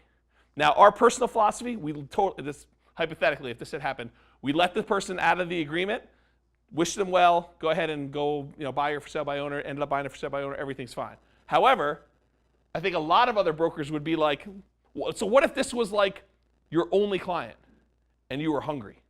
Like your kids weren't eating, you were living off credit cards, and you needed this $9,000 commission because that's it. I need food money. Does that change anything? If you made 10 offers to this guy, Mm-hmm. and if they were not legit offers, and that's why they were not accepted, I think that's not the guy's fault. It doesn't matter. You play to keep your reputation intact. I think so too. I think you terminate. But I think there's a lot of agents that would have a hard time doing that. and that would not do it. So just be careful.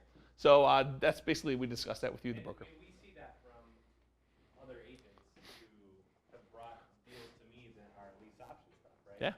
And their only concern is, I've been working with this client for a year, and I need to make sure that I get the commission. And it's like, you have zero interest in serving your actual client. Yep. The only thing you care about is getting your commission now, and it goes terribly all the time. So. Yeah. Okay.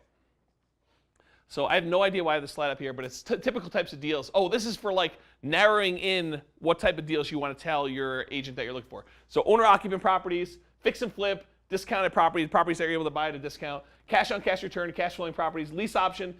In my opinion, one of the best offers, one of the best properties you can kind of buy here. Ideally with a tenant buyer in advance. Creative transactions if you want subject to or buying on a lease option or things of that nature, or all-inclusive deeds of trust or owner financing. Multifamily properties, you want duplexes, triplexes, fourplexes, fiveplexes and up, whatever you want to do. Any off-market deals or any other types of deals. You need to tell the broker what types of deals you want. And so here's some different ideas. So let your broker know the types of deals. Did the buyer tell you the exact type of deals they want? That's the question to you guys as brokers.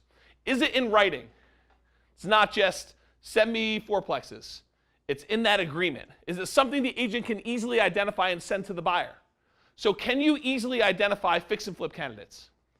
Properties that are already being sold at a discount that you can come in and buy and fix and flip. Is that easy to identify? What about properties that you could buy subject to? Are those easy to identify? No, they're hard, right? So all the ones that are easy, automated emails, setup is instant. You can actually automatically blast out. You want to buy 2-bedroom properties or 3-bedroom properties in Fort Collins? Easy day. Less than $350,000, sure. Set it up, get it sent. You can do search for keyword terms on my website, and I'll show you that quick. Whoops. All right, maybe not.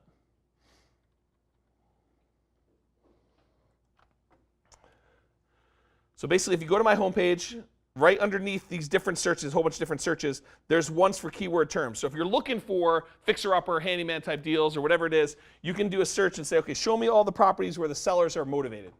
And you click on that link, and it pulls up a list of properties where the word motivated appears in the description to show you properties where the seller is potentially motivated. You can go look through those. Easy enough to do. You don't have to go and have special searches. Just come on there and search for that. Okay. So expectations for sorting cash flow deals. So you guys are all the brokers. You know how busy it is. Are you going to go and analyze all the deals that come across in the MLS and figure out cash-on-cash return? Do you know what my terms are for my loan? Are they different from other loans? Or do you know how much I'm going to put down? Do you know how much I think I can get for rent on every property in the MLS? Do you know what the insurance is going to be for every property? Do you know what the taxes are going to be? Do you know what my maintenance is going to be on properties? Do you know all that stuff? So it's hard for you to go and do the analysis for me in advance. So if you attended, how many people came to the cash flow explosion class?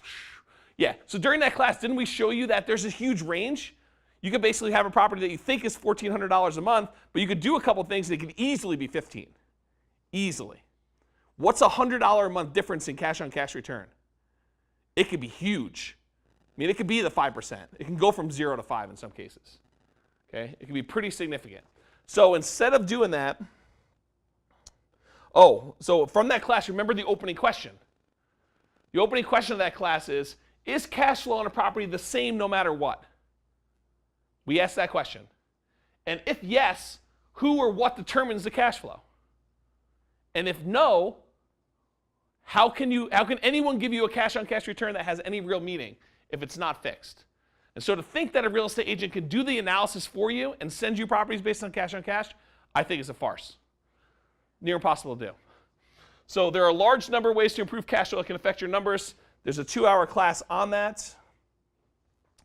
So solutions for telling clients about deals. So now you guys got to figure out how to tell clients about cash-on-cash deals.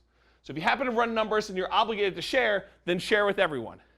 If Josh calls me up and he says, hey, listen, I found this one property, it looks interesting, let's run numbers on it, and now I'm obligated to share with Brian, I may need to send that property to Brian because I have an agreement with him to do it now that I've run the numbers, which is crazy. If the buyer can identify characteristics of properties that you can set up and automatically send, then do that. I want condos in this area because I know what the rents are, and those are going to be good cash flow properties if they're below this price. Easy to send. Or, in my opinion, you should do something like this. Give them the ability to search for properties on their own. And so there's a tool on my website that allows you to go and search for cash-on-cash return properties. You pick the city, you put in the bedrooms. This is the chart type. You put in bathrooms to limit it down, how much you're going to do for down payment, what your interest rate is, what your maintenance rate is, what your occupancy is, and the rent you have, and it tells you some rent comps here, which I'll show you that too. So it shows you what historical rent comps have been for whatever city you're doing. And so you can see, you know, rent comps for 3-bedroom properties in Fort Collins. It's been about $1,657 and $1,700 for median. So it can show you what the actual numbers are. You change that rent number, run it. You can do minimum, maximum price, and then right below there, it shows you the actual analysis. So you can see this rent would be $1,388. You'd have negative $134 cash flow, negative $2.57 cash-on-cash return. If the rent was $2,184, which is doing it by price per square foot, then you can see those numbers. Then you can click on this button to analyze the buy and hold, basically Brian's spreadsheet online. You can see pricing tools on there, or if you want to run nomad analysis on it, you can do all that too. So there's ways to search for cash-on-cash properties instead of having to do it all by hand, as an example. Okay. What if you want fix and flip deals? Being able to find potential fix and flip deals is important if you're looking for those. Should you, as real estate brokers, be out there running comparable sales on properties? Every property that comes on the market, should you say, well, let me go run comps? Right? Should you say that? I'm going to go run and find out what sold recently and tell me what the value of the property is. How long does it take you to run comps and estimate value in property? So Tammy does this a lot. She's the one in our office that does comparables. How long does it take you to do it? Because we had a discussion about this recently where you gave me some really low number and I challenged you on it. Depends on the property. Agreed? I would say probably between 1 to 2 hours. If some are easier to do than one. So one, it depends on how in-depth you're trying to. So somewhere between 1 hour and 2 hour per property. So if on average, 10, 15, 20 properties come on the market each day, is she able to keep up with doing analysis of that nature and tell you undervalued stuff? No. So is it reasonable to think that you guys as brokers are going to be able to go and run comps on properties and tell us what the value is on a property to give you a sorted list? Probably not. So let's see what it takes to appraise a property. This is from appraisalgroup.co.com. The physical inspection is according to appraisers.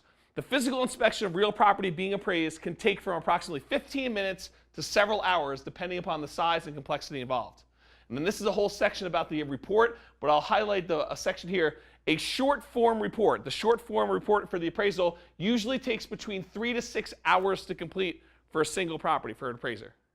So to think that your real estate agent is able to just kind of like do this off the cuff for 3 properties you're about to see, not realistic. Now you're about to go write an offer on a property and they really want to know value. I don't think it's unrealistic to pull comps, nor do I think it's unrealistic if you're really serious about the property and you have questions about value, then for them to run comps on that before you write an offer. Okay? All right, so fix and flip deals. There are some out there. We talked about this during stats. This shows you historical numbers. 2002, each line is the number of fix and flip deals in the city for that year. You can see in 2017, I don't know, for Fort Collins, we're at about 35 or so for the year so far of fix and flip deals. Deals that have at least $30,000 spread. So they're definitely out there, but how do you find them? Oh, here's the percentage of them. So this shows you the number, just basically the same data. Okay, so what I do, I compile and analyze stats on fix and flips. We do a whole class where we talk about fix and flip deals. So we kind of analyze them and show you the numbers on that. To find below value properties, here are the primary strategies that people use to find below value properties. Number one is they search by keywords. You may want to search for distressed or fixer or meth or fire or motivated or things like that. There's a whole list of handyman special, things like that. Those words, you could search through those lists and find deals based on keyword descriptions. Those are easy to search for, and I showed you how to do that. You can search the lowest price or the lowest price per square foot properties. You can say, show me the list of properties that are currently for sale and show me the lowest price stuff first or the lowest price per square foot and just start going down the list and seeing if any of them makes sense as a fixer. Okay? You can search for highest or lowest days on market. So some people argue you should wait for properties to have been on the market for 6 months or 9 months or a year, and those are potential ones you can come in and lowball because they've been sitting on the market for a long time and you have a chance of getting a deal if you do that. Other people will argue the fix and flip deals are so hot that you have to get them like day 1 or 2, and so you have to be looking at the lowest days on market, the ones that have just been on the market the shortest amount of time. So I think you can hit it from both ends. How many people know of Dean Graziosi or Grazioski or whatever his name is? So one of his strategies that he teaches, which I do not recommend around here, is he tells you to go out and find 50 properties or 100 properties and just offer them 30% off of list price and have an agent just write offers all day. Don't even go look at them, just make an offer at 30% discount. And some of it will stick. Eventually you'll get a seller, you'll piss off a lot of people, but eventually you'll get a seller who will say to you, all right, I will take that offer. It's been sitting on the market long enough, I will take your offer. And then you have your normal contingencies to run under your contract and stuff like that. Bad strategy here. Remember we talked about that reputation part? How good do you think the agents that are receiving these offers from that one agent are going to feel about that agent? Not going to like them, right? In fact, if I started getting those, I might just actually send all their emails as spam. And so they would never get an offer accepted. Okay? Find opportunities to add value. You could pop the top, add bedroom, update outdated properties and things like that. So you look for those. Those are really hard to search for. You need to do some work and think through things and look at options. If you send all their emails to spam, wouldn't that actually be in violation of your contract because you're not presenting an offer to the client? I could get permission from them to exclude that agent. But yeah, that probably would be a violation if you were going to do that. I mean, it's never happened. I know. Yeah. All right, so search price to assess value. So here's an interesting one. There was a period of time when I was representing a bunch of real estate investors who were doing fix and flip. And so we used to do a lot of searching for fix and flip properties. One of the things that I found out, one of the best indicators for finding fix and flip deals was the ratio of the list price, what it was being sold for, versus what it was assessed for by the city. The assessor came out and they looked at what the value of the property was, and they said, this is a property that's assessed for $300,000. And if the property was selling for $300,000, because properties tend to sell for above assessed value, then that was potentially a deal. Okay? Now, it's really hard to match up assessed value to list price because they're not in the same database. But what's a proxy for assessed value? What tells you, sort of a representative number that really represents what the assessed value of the property is? Or your taxes. Taxes. Because taxes are based on assessed value, so you can actually do a ratio of list price to assessed values proxy, which would be taxes. And you can determine which ones of those have the best ratio and then look at potential deals that are undervalued. Okay? So if you had the ability to go search for properties by the ratio of taxes to the list price, you could list out the properties and find ones that are potential deals. So let's take a look at that, because I so happen to have such a list. All right, so this is searches for taxes to list price. So this chart here, this shows you whatever city we're looking at. I think this is all of them. But the blue lines are the ones that were sold in the last, apparently, 1 month. The green ones are the ones that have taxes to list price, just all of them. And the red ones are the ones that are the top 10%. So these are potentially the best deals. These are the ones that are currently available, and then these are other ones. Okay? So when you look at all these, you can go and say, okay, I want to see the properties in Fort Collins. And you'll see potential deals there, and they'll come up. You can say, I only want to see 3-bedroom properties in Fort Collins. And it will then show you the 3-bedroom properties in Fort Collins. You can narrow it down even more. But let's just take a look at what we got here. And then it will show you the properties that are potentially on here. And just to give you an example, it'll show you the property, and then it shows you the estimated taxes, the taxes to list price, and then the list price per total square foot. And then this little thing is actually kind of clever. It's a short comping tool. So the red line represents that particular property, and if that red line is pegged to the left, it is the cheapest price per square foot property within the nearest half mile or something like that. If it's to the right, it's the most expensive price per square foot property in the nearest half mile or so. And if you click on it, it goes and does comps. So if you came to the comp class, you can actually see that it does automatic comparable sales based on that, and you can kind of get a feel for what the comps are and see the data on that. Okay? So you can go search for all this stuff and do that. You can also run analysis for buy and hold on that if you want to, and that's a tool available for searching for below value properties in the MLS. All right, multiple notifications. So a good broker is staying in touch with their active clients, but if I'm already receiving automated emails from you, are you going to email, call, or text me separately when a particularly interesting deal comes up? So all of you sent me automated emails with the deals that I want. For the first week, I was really good. Every time a deal came over, I'd analyze the deal, I'd run numbers, and guess what? It wasn't a deal. Because only a small percentage of them were really good deals, right? So I did analysis for a while, and throughout that time, nothing came up that was interesting. So I got busy. I stopped looking at the emails. If I have now told you by not calling you that I'm no longer looking at the emails, are you going to actively call me? Are you going to chase me now that I'm not actively looking for deals? Maybe, right?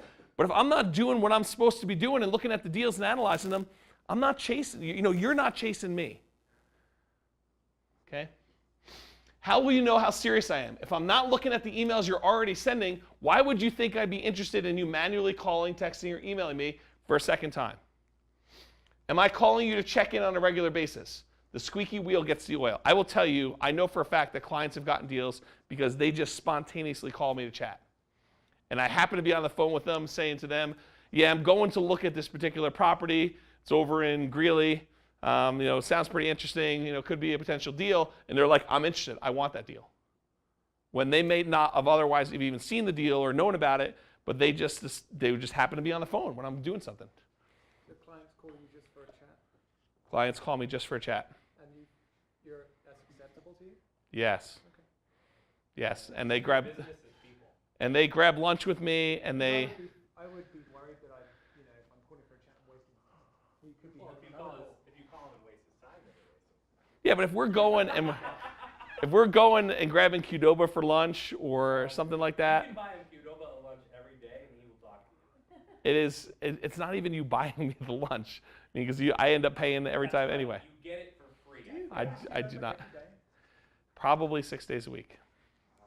Yeah, and I have since. I think it's true. And I have since August of 2000. Let me just tell you that I ate lunch with him almost every day for like 2 years.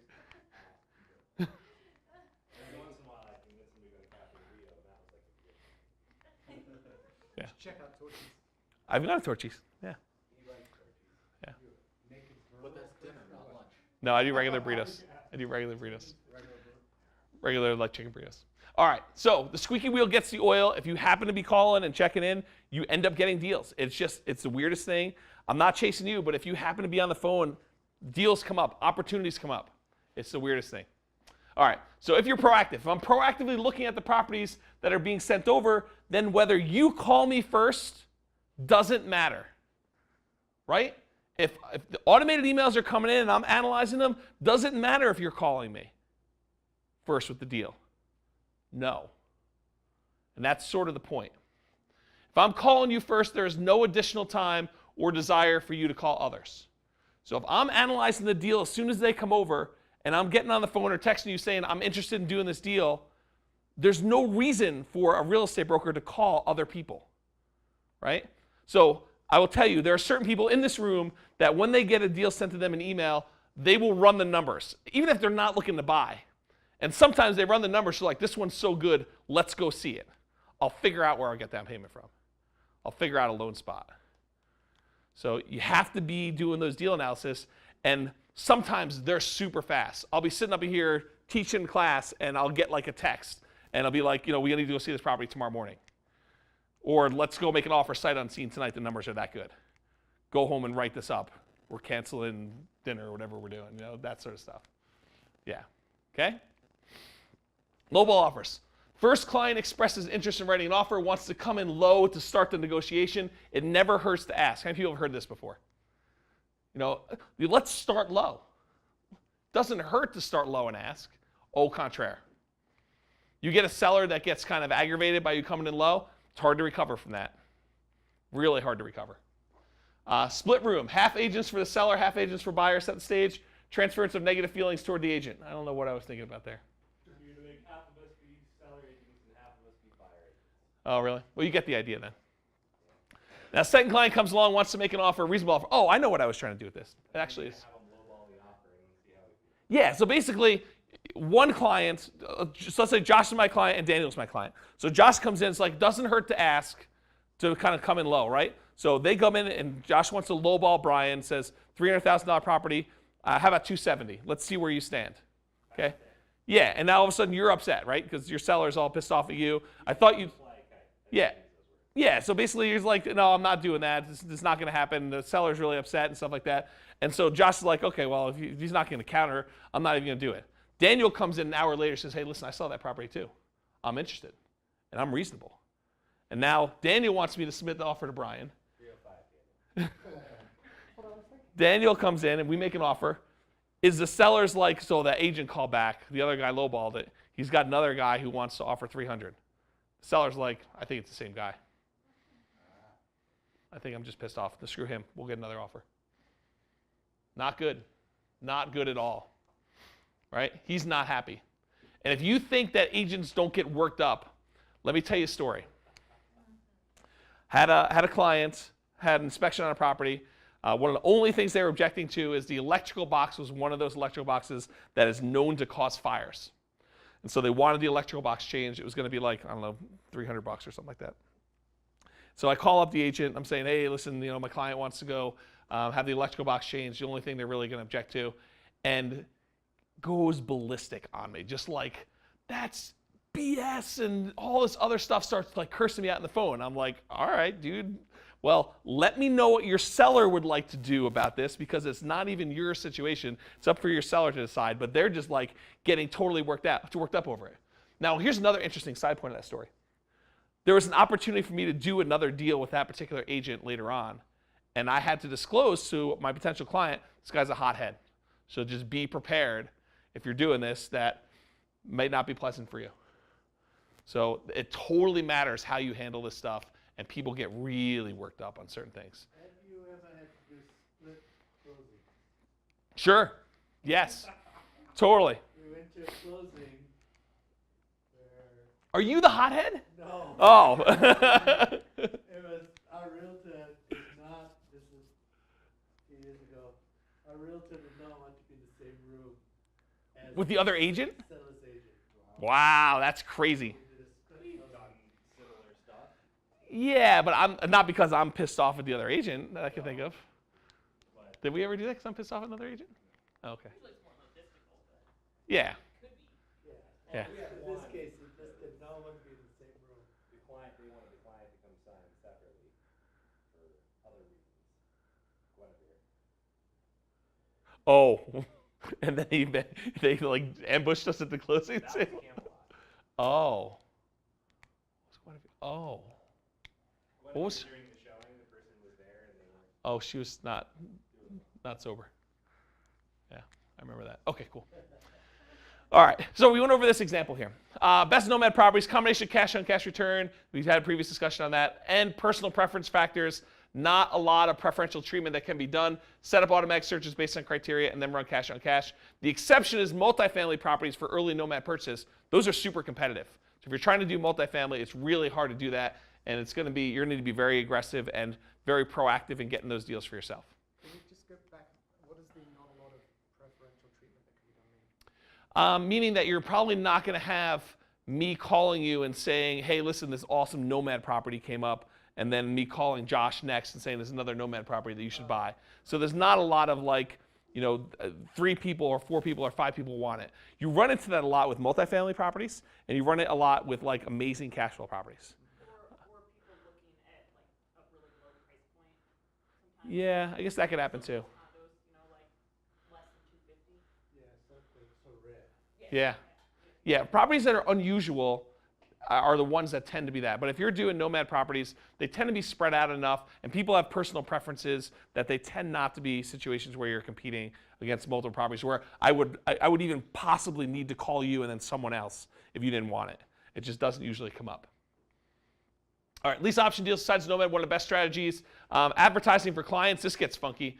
If the client you're advertising for gets the first pass on deals. So Brian may come to me and say, listen, I want to find lease option deals. I want you to do some marketing in order to find me a tenant buyer. And if the tenant buyer buys the property, basically I'll work with you to do that. And then I go find a tenant buyer, and Munir says, hey, listen, I want to do a lease option deal too. Who do I bring that tenant buyer to? The first one.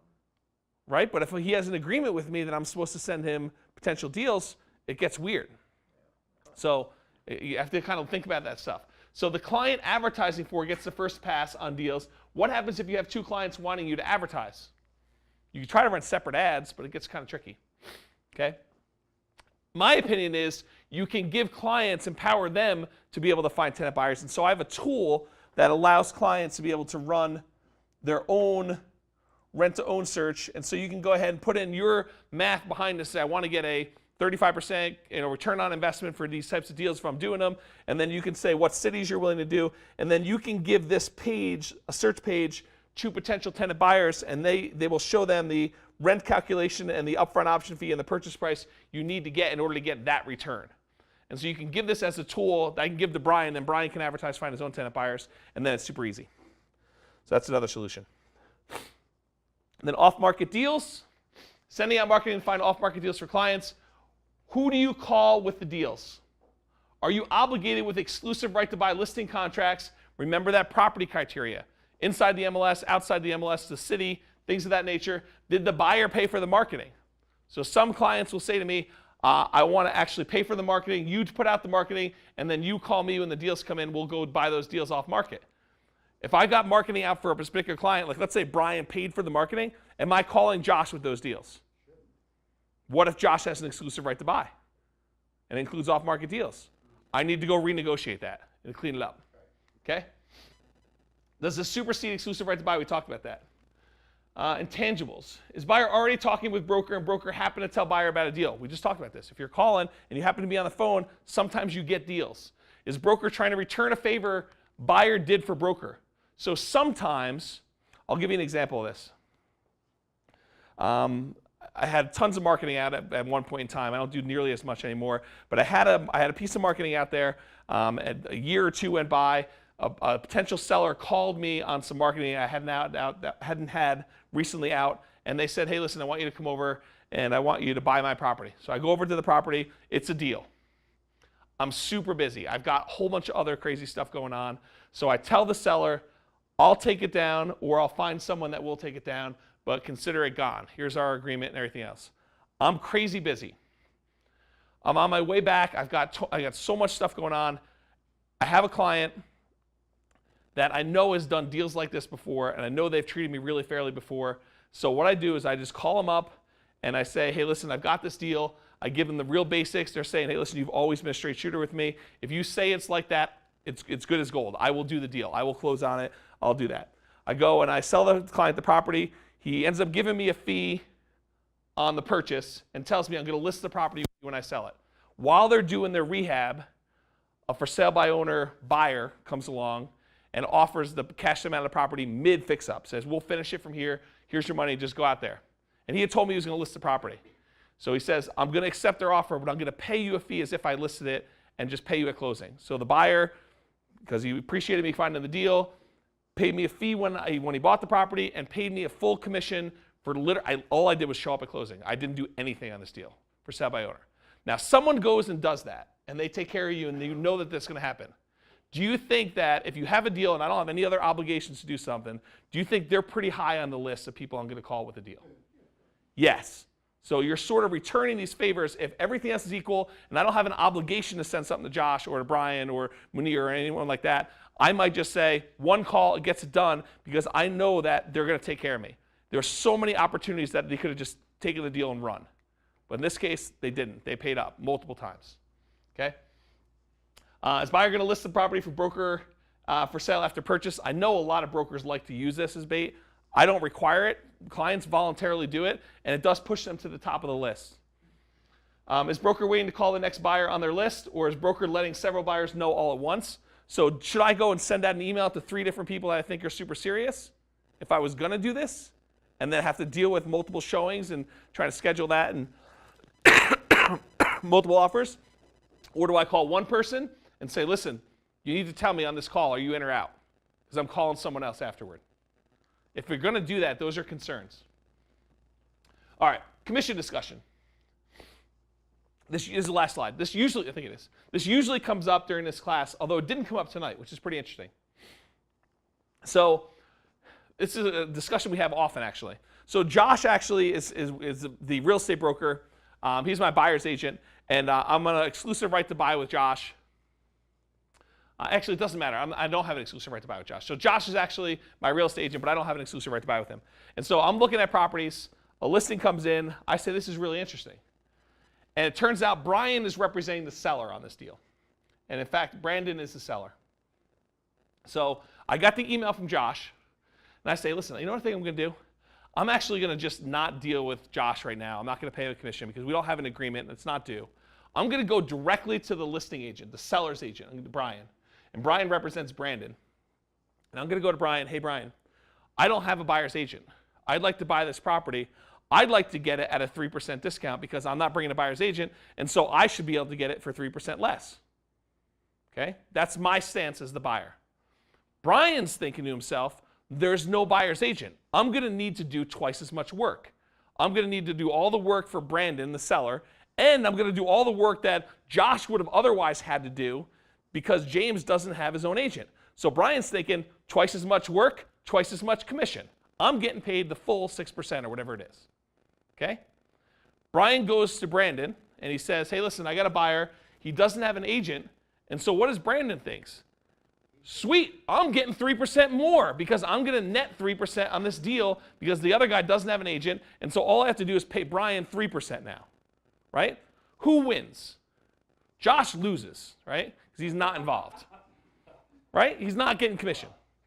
There's no exclusive right to buy. Did he email you the listing? There's no exclusive right to buy, so it doesn't matter in this case. Did he email it to you? Sure.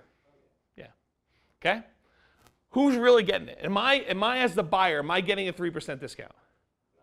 Probably not. In fact, I'm the least likely of the three to get it. Okay? Is Brian getting 2 commissions? Probably, because that's usually what the document says. Unless something was written in there explicitly dealing with this situation, the default agreement for an exclusive right to sell is that Brian gets paid 6%, and if an agent comes with a buyer, Brian agrees to pay a 3% co-op. That's pretty common. It doesn't say, hey, listen, if no other buyer comes, then I'm going to reduce my commission to 3%. Most agreements don't read that way. They can, it's negotiable, but they don't usually read that way. But Brandon thinks, hey, listen, you were willing to do it for 3%. Why aren't you going to give me the extra 3% and have me make it? So Brandon thinks he's getting more. Brian thinks he's getting more, and I think I'm getting less, like lower price, more money in my pocket. In reality, probably Brian is winning. Okay? Does that? Yeah. Does that make sense? Yeah. Okay. Any questions on this sort of class? Was this a helpful class to understand, like, number one, it's misnamed, right? Because it's how to be the client that the real estate agent calls first. The trick is, the trick is do the analysis and call them first, right? That's how you do it. But there are some things you can do to kind of put yourself in a position where you're likely to get the call, or at least not be the one that they're avoiding the call for. Okay? Any questions? Helpful? So what impact, if any, does the type of loan that the buyer is going to use have on how you rate them amongst the potential?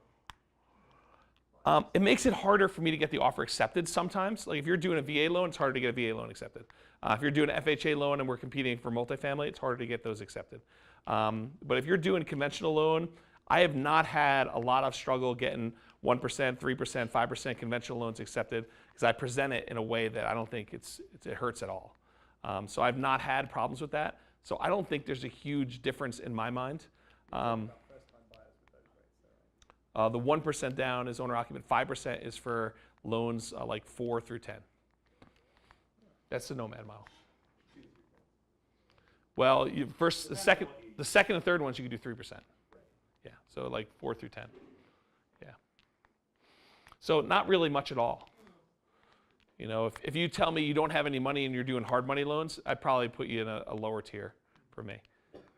Just because it probably shows that you've only got one option. You've got one play, and you've got to do it at low loan to value, and you probably don't have money to make up the difference and things of that nature. So that probably puts you at a slight disadvantage. But I understand that business model really well, and so there are probably some mitigating circumstances where I would take on some of those clients, and work with them. But most of the time, if you're brand new and you don't have a lot of experience with it, it's a tricky business to know how to do right. It's super easy to explain to somebody. You buy a property at a 30% discount, you get a hard money loan, you don't put any money in the deal. much harder to implement in reality. So, yeah.